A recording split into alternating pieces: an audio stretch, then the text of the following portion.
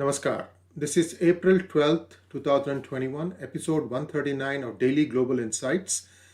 I am with Sree and we are back on our YouTube A channel. Sridharji, Namaskar and welcome to PGurus channel. How is your day going so far, sir?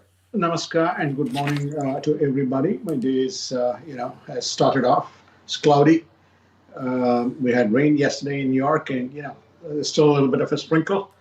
But we're looking forward to a very exciting week of earnings and other stuff in the markets.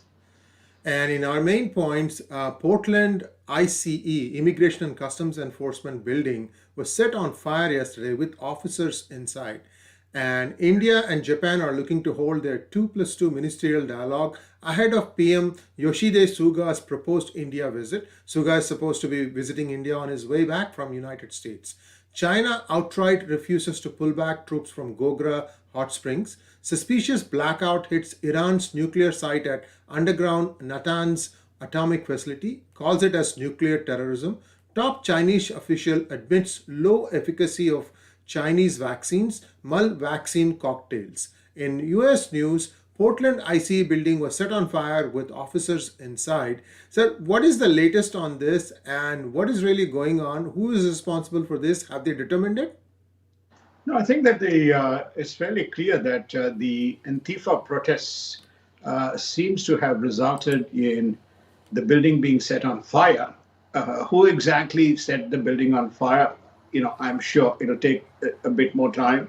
There would not be any conclusions until the investigations is complete, and the investigations may be inconclusive. But Portland, as a city, is witnessing tremendous riots, and it has been going on for a long, long time.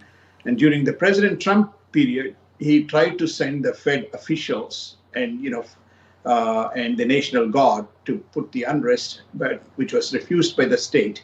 So the law and order continues to be a problem in the state of Portland. Now, what's happened to there's no further report whether there's been any casualties as a result and whether the officers inside have been released or whether they were able to get out to safety. That news probably will come out a bit later in the day. And in Maryland's Democrat-controlled General Assembly on Saturday voted to override Republican Governor Larry Hogan's 3 vetoes, including the repeal of state police Bill of Rights. When a governor's order is vetoed, that means they need to have 2/3 majority. Is that true for True. Yes. True. So the Bill of Rights grants the police officers who conduct investigations following the due process before any prosecution occurs. So it gives them some immunity. The Bill of Rights gives them the immunity to proceed and to complete the investigations. The removal of the Bill of Rights effectively implies that they are treated on par with citizens. Whether that allows them to proceed and complete all the investigations remains a question mark.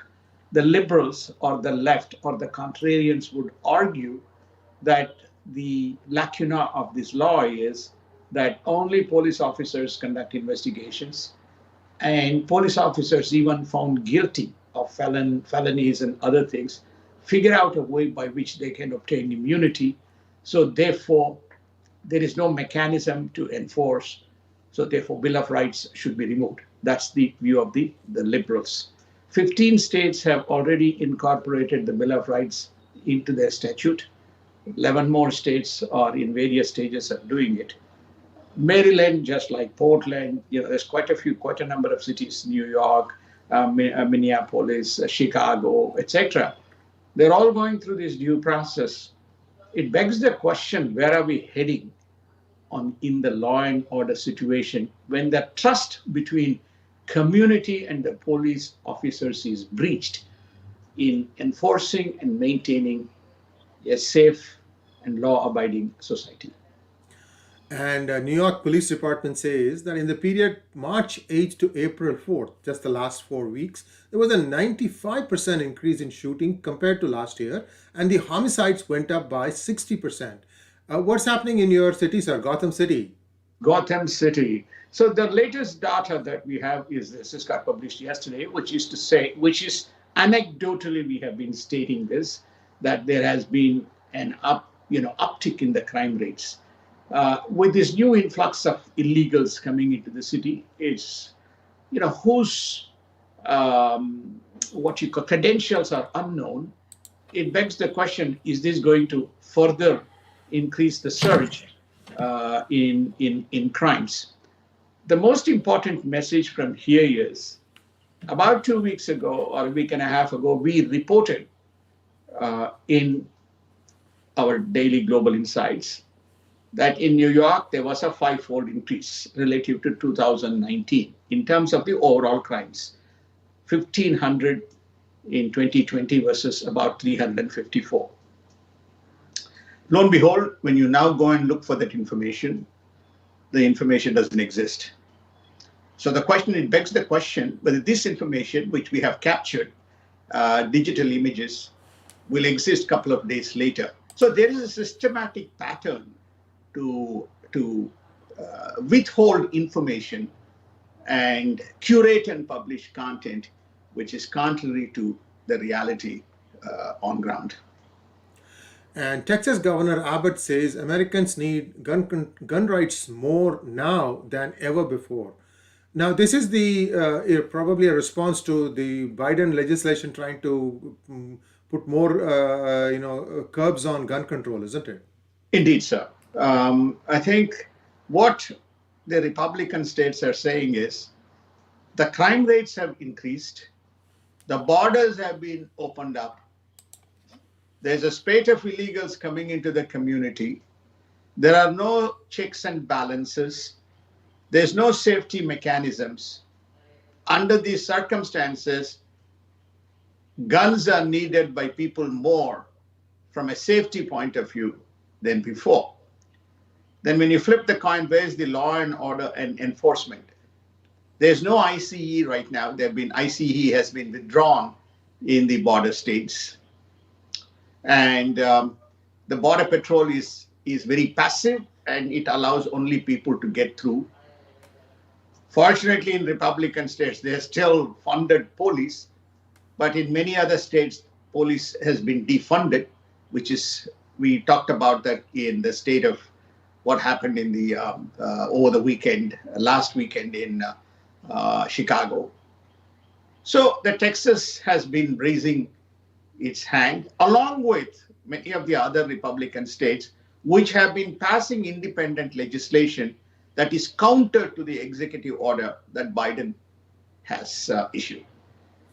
And looks like an email has surfaced where the White House is requesting people from federal departments to take a 4-month off to go work in the border. And this was reported by none other than New York Times. Well, it's amazing. It's just, I don't know. I have raised the question, which is to say, does this constitute some kind of sedition or treason? Because if you're going to ask the government officials, they're not supposed to be doing this type of duty, to take paid leave and to go to the border and receive illegals, why does that fit within the constitutional framework?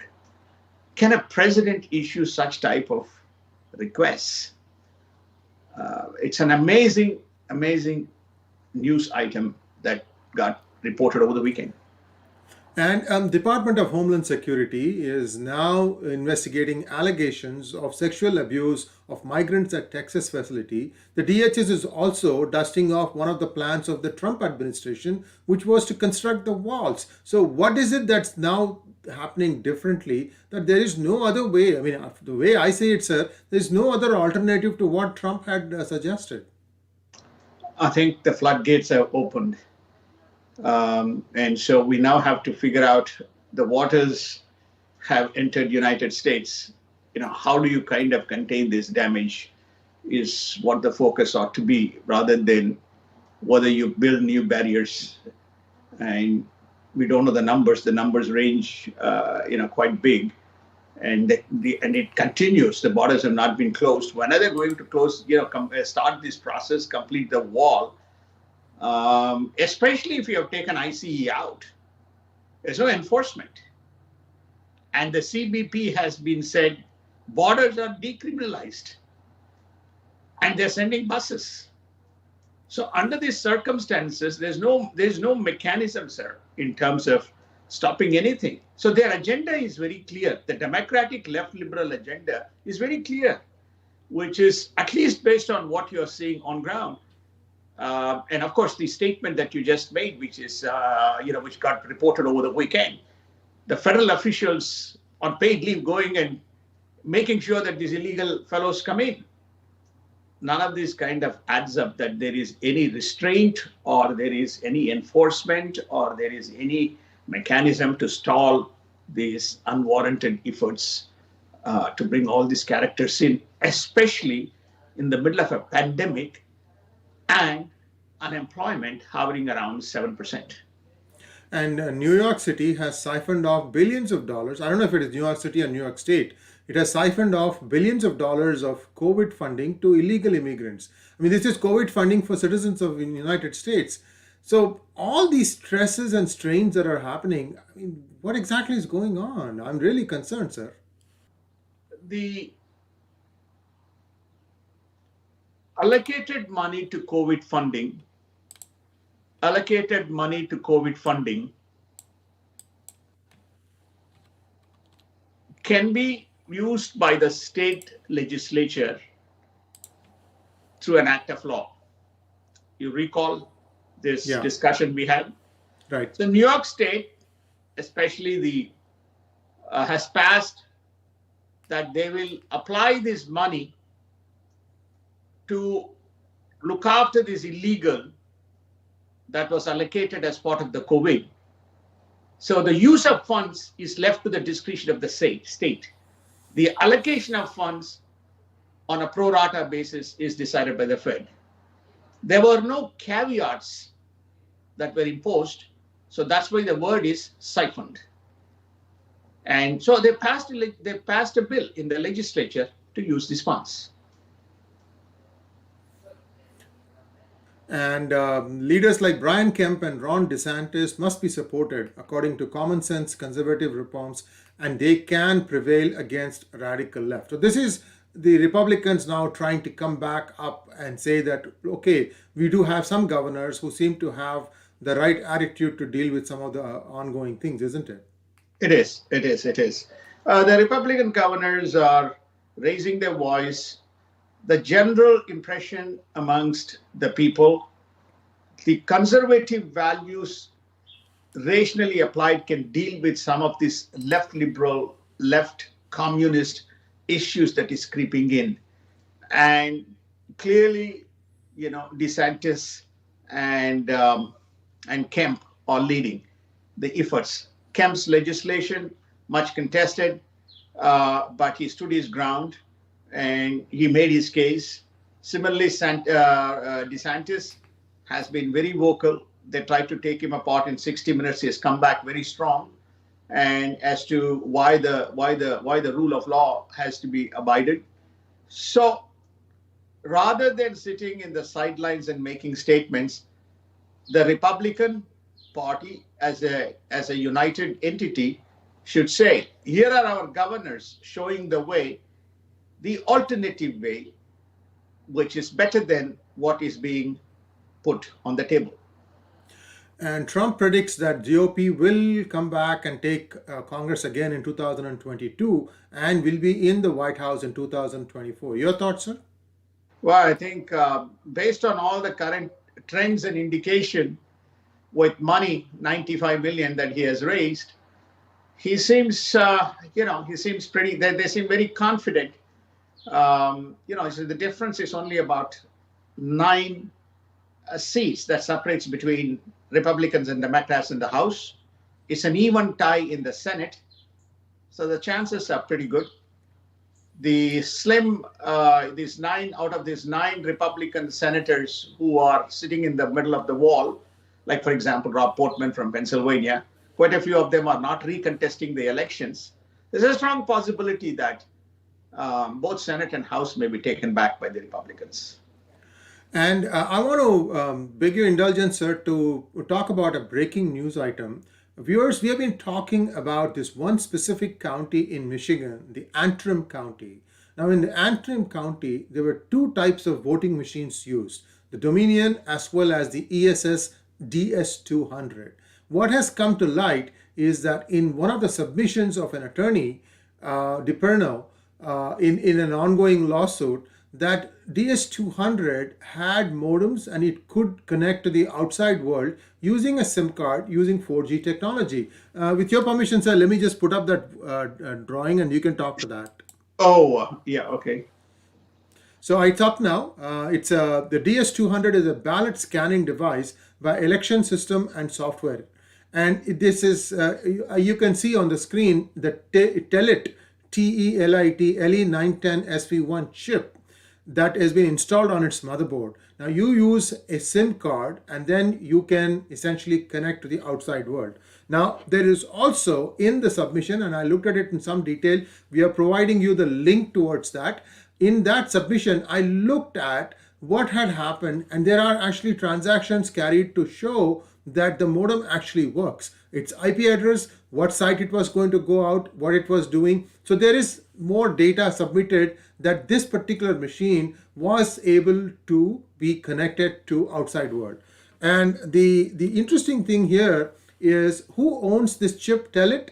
TELIT has, it's actually incorporated in London, and 15% of the TELIT, it's called TELIT Communications PLC, is owned by a company called China Fusion Capital, who's and has a board member called Yuxian Yang, Yuxianyang. This person is a multimillionaire. He has been, part of many such, ventures where there is partnership of the Chinese party, perhaps in a shell form or whatever you want to call it. So there is information now that there are some entities, I'm not saying anything more, we're not saying anything less.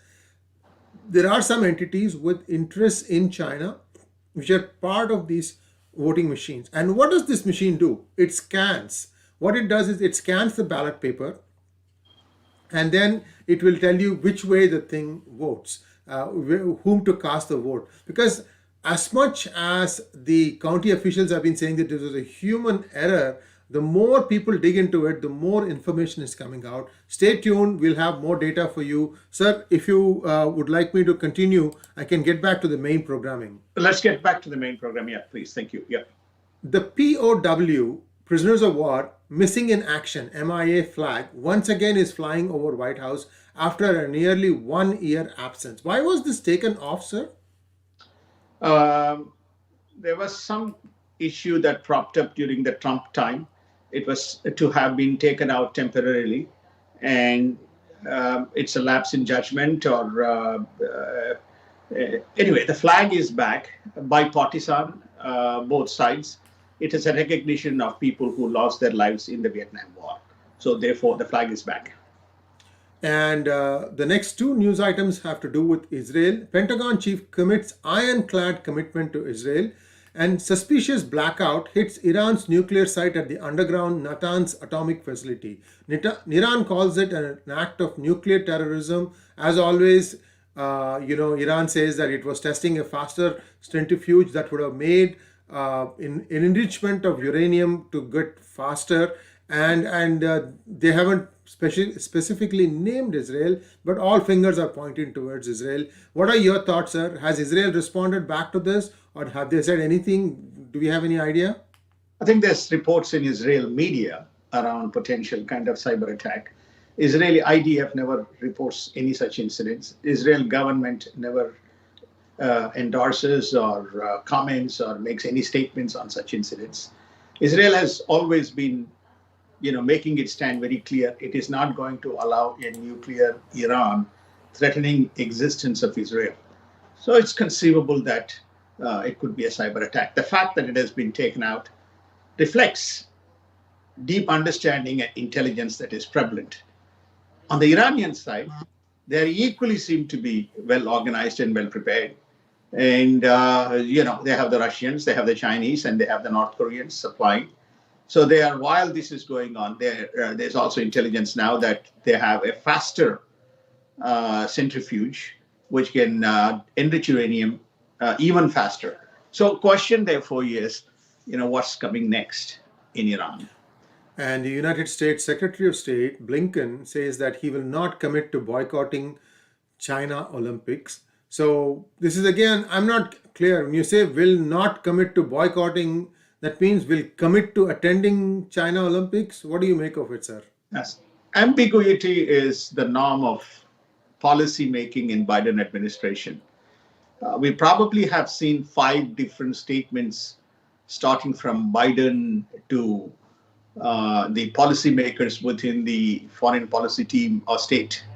Uh, and then we had the press secretary making one statement and then withdrawing very quickly. Then the State Department issuing a statement, which is to say that they will work with the others to boycott and then pulling back.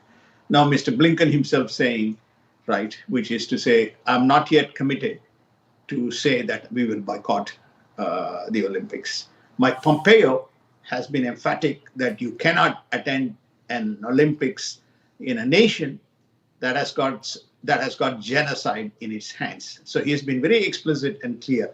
So we are not going to have a President Trump type of state policy announcements coming from the Biden administration.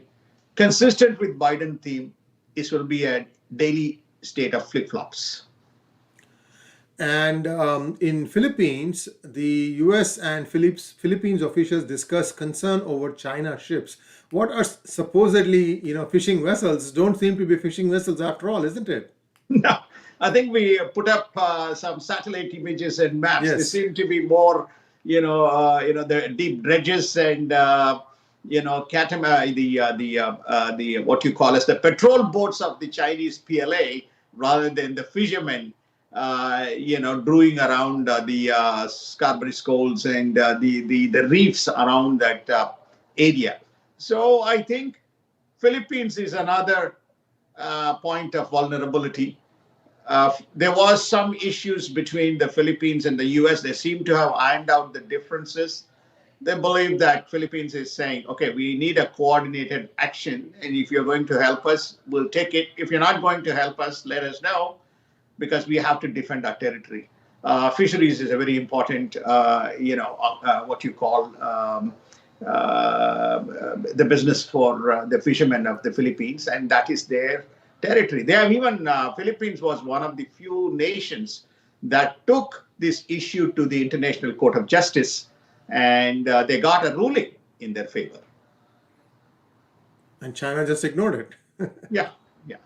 So, China follows only Chinese law.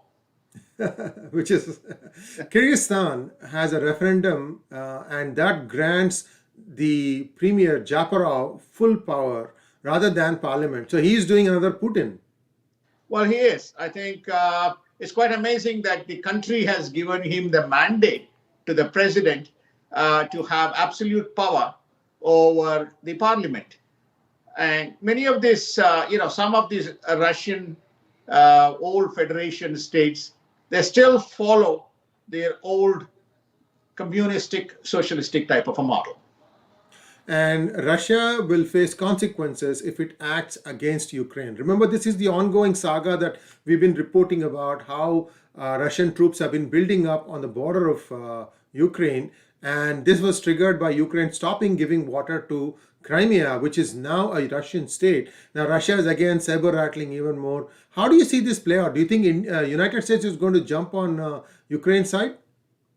No, you have seen this before. What happened in Crimea? They just will watch passively from the sidelines. They will make all the kind of rhetoric and statements, and then the situation will deteriorate to an extent.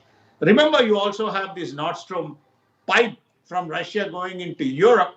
They have not done anything about it either, and Europe is very much reliant on the Russian gas.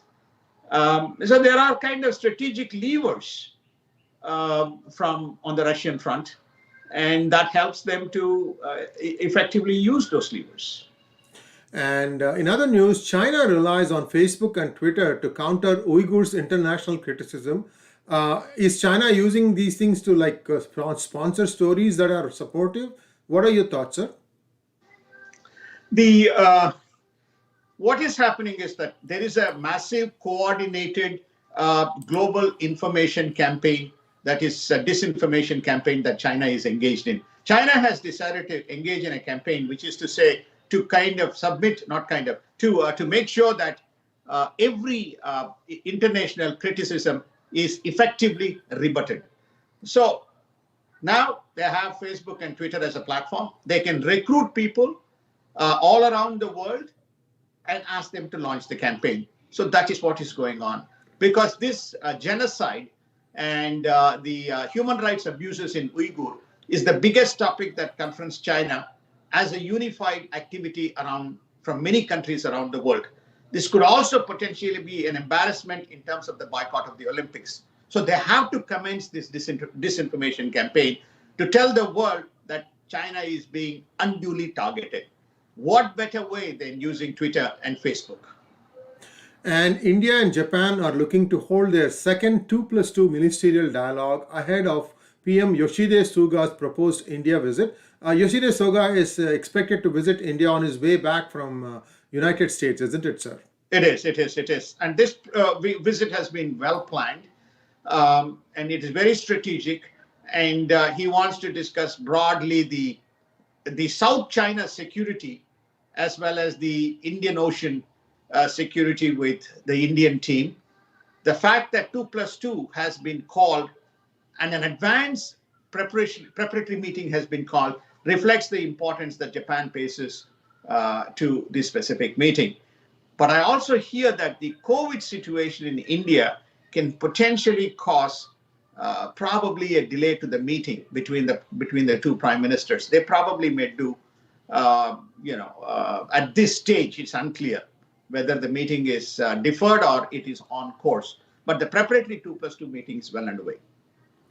And China intends to build a mega dam across Brahmaputra. Viewers, you would have seen the video that I had a hangout with Lieutenant General Ravi Shankar about the whole Brahmaputra, the river from where it starts and all the way down to the Bay of Bengal and all the hazards that it poses. So please do look at that. And this is basically an update on that. But we have analyzed this in great detail. It is a potential eco and seismic disaster move, but China likes to build dams and they are planning on going ahead and doing this anyway. This is inside the what is called as the Tibet, Eastern Tibet. We are going to refer to these things as what they are. This is occupied territory by China, Eastern Tibet. That's where they are going to be building this. Sir, there is a place where the Brahmaputra descends about 2,500 meters in a very short distance. So the incline or the decline, if you will, is very sharp. And that's, I think, where they are planning on building this electric power plant, sir. The two specific issues, we covered this as well in one of the expanded programs around the Brahmaputra, plus especially around the Mekong Valley and the dams that are coming up and what the consequences. Within that context, we had covered this. The two specific issues are with regard to this with the dam. One, this is in a highly seismic area. So potentially it can be a catastrophic disaster for all the downstream, number one. Number two, it is in a very sensitive ecological area with the gorges around 9,000 feet above sea level. So these are unusual activities that is happening. What is the strategic implications for China to construct something like this? Is it to drain and put silt? And is it to potentially trigger some kind of an activity? We discussed it again during that specific session. So ecological and seismic. Now, environmental and seismic. Here's the truth. We are talking about clean water, green energy, and so on. Not one institution in the world. None of these socialist, communist, fascist groups which come up with these kinds of statements when you have some roads and metro in Mumbai, or when you have some fracking and Keystone pipeline and South Dakota, what you call gas fields being leased, right? None of them want to talk about this because probably China has funded and taken care of these people. Because this is, you want to talk about an environmental and eco disaster, this is the dam. And why they're And doing it? Zillions of miles away from China. Zillions of miles. What's the population of Tibet? What's the captive capacity that it creates? And they're going to take this power all the way back into mainland China? I mean, some of the activities that China is engaged in is just not acceptable by any international law and standards. And China outright refuses to pull back troops from Gogra, and hot springs also is a friction point in eastern Ladakh. This is the outcome of the latest round of talks between India and China, and they are now proposing another round of talks. So these talks will keep on going, but this Gogra area was occupied in 2013 under the UPA regime, sir. So to say that Modi lost it is probably not correct. However, it is incursion that has been done by China. They have finished a lot of settlements there. How do you see this playing out? Well, I think that first and foremost, we should not look at it as 2013 or 2009. We should look at as an occupied territory in a way, for just like the LAC and Akshay Chin and so on. It's an occupied territory. India has now got defensive measures and mechanisms in place. So my view is that India should take a very, very strong stand. And, China is engaged in brinkmanship. They came prepared, which is they're not going to move. So then India should say, okay, get out. We have nothing further to discuss. We'll do what we need to do to recover, to get back our land. After all, it's our land.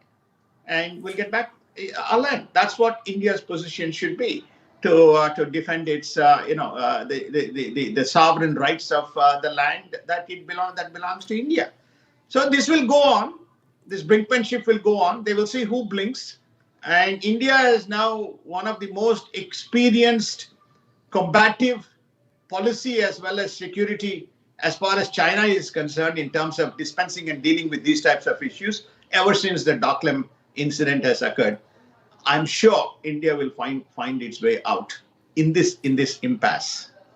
And Dawood Ibrahim's top lieutenant, Jabir Moti, is going to walk free from UK because UK prison because the United States has withdrawn an extradition request for him. So he's probably going to find his way back to China, and there'll be one more to the suicidal terrorism squad, sir. Well, he's going back to Pakistan. He's going to be released. He's going back to Pakistan. There is no other explanation other than to state that Biden administration is rewarding their allies who stood by them. That seems to be the kind of the trend with regard to this gentleman who is going to be released. And Trump administration had initiated the process for extradition and then enforcement. Everybody knows about Mr. Dawood Ibrahim as an international kind of terrorist and wanted. And now his associate is being released, makes it even more intriguing in terms of the policy making of Biden. And India's exports surged 297.2% in the first week of April, building on March 58.23% surge. So unfortunately now, because of this new COVID surge, maybe it'll slow down again. But the numbers are very impressive, sir. The numbers are very impressive. It is across a spectrum of activities. The PLI programs are working. Some of the exports are in the mobile, auto, the electrical manufacturing areas. So I think the macro reforms that was promulgated as part of the budget seems to have its positive impact. If India has to tackle COVID, that's what stands between itself and achieving this 12%, 13% growth, which brings it back to that 3.4, 3.5 trillion and into the trajectory. So if India manages its COVID, then we'll begin to see more uptick between exports and domestic. The domestic market is ready to explode, just as United States, because of the pent-up demand. People are willing to travel and spend. They're all fed up sitting in their homes.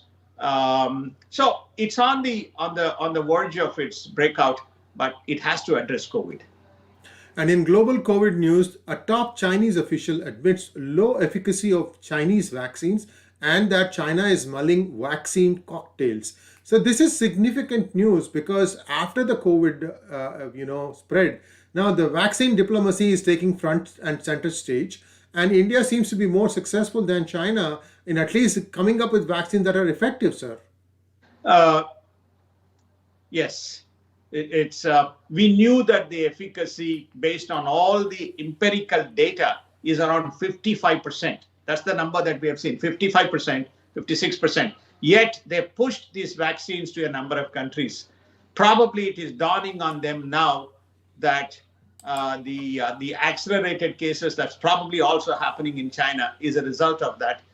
And so they're making themselves, somebody must have leaked the information. You can't have the Chinese admitting that we have committed a major blunder. Some information leakage has happened, and which is why we have a press item or a news item which says that they are looking at alternative models to the current dispensation of the medicines that's coming out from there. And India reports 1.52 lakh, that is 152,000 fresh COVID cases. That's the highest single day tally. And India also bans antiviral drug Remdesivir exports as the coronavirus rages on. So Remdesivir is medication for COVID, right? Remdesivir, yeah, it's antibodies, and uh, I have taken Remdesivir, as part of my, when I went through this COVID exercise, which I'm just getting out of. It's very, very effective protocol. It is injected through IV. They build layers of antibodies which fight this COVID virus.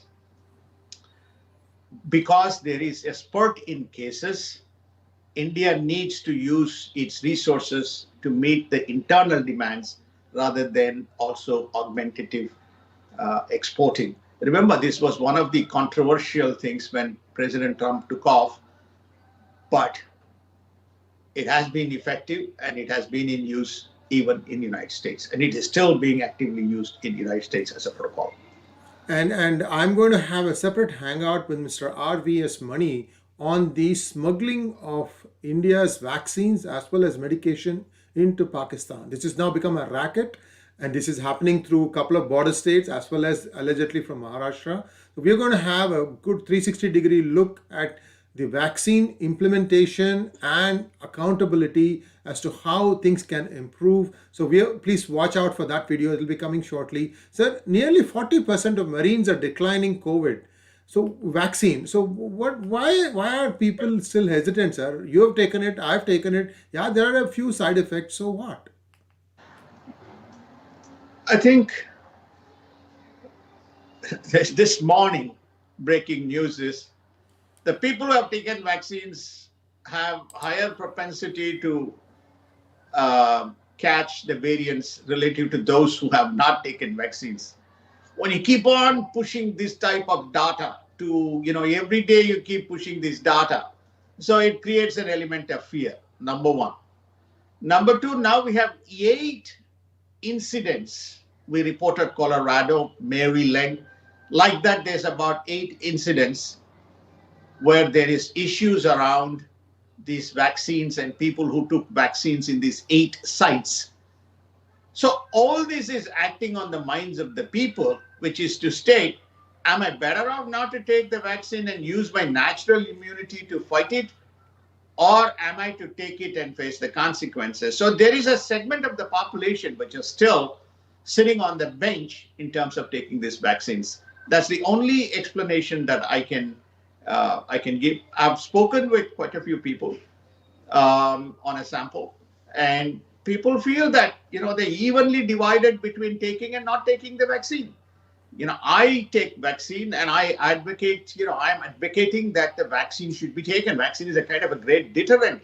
You don't have any other mechanism to fight. There may be consequences, but having a vaccine is far better because you have antibodies within your system to combat, especially if you have completed 2 vaccines, one of these, Pfizer, Moderna, then, you have the Indian variants and you have some of the Russian Sputnik, etc. I know there has been issues around J&J. There's also been issues around AstraZeneca, around the clocks, but I'm sure they will address that. But by and large, these other vaccines have been fairly effective. And in markets, Fed Chairman Jerome Powell says that economy and job creation are on the cusp of ramping up. Your thoughts, sir? The the pent up demand and the eagerness for people to get back and do things is a reflection that we are ready to move. The states that we have loosened loosened the laws around the lockdowns have witnessed spurt in economic activity. That is why we are expecting a very high growth in United States this year. The growth can be anything from 6 to 8%, and some of the private markets predict the growth can even be as high as 8 to 10%. The Fed itself originally estimated a 4.2% GDP growth, and they revised it to greater than 5% GDP. So, therefore, there is a pent up demand. There is plenty of cash in circulation, plenty of cash. This is the payouts that are coming out. People have to spend. So, therefore, that is what is going to, these are the these are the what you call the COVID direct payments. Close to $620 billion is going to be paid out going up to about June. And now they're contemplating extending that to almost September. Then we have the PPP programs, which is another $350 to $400 billion.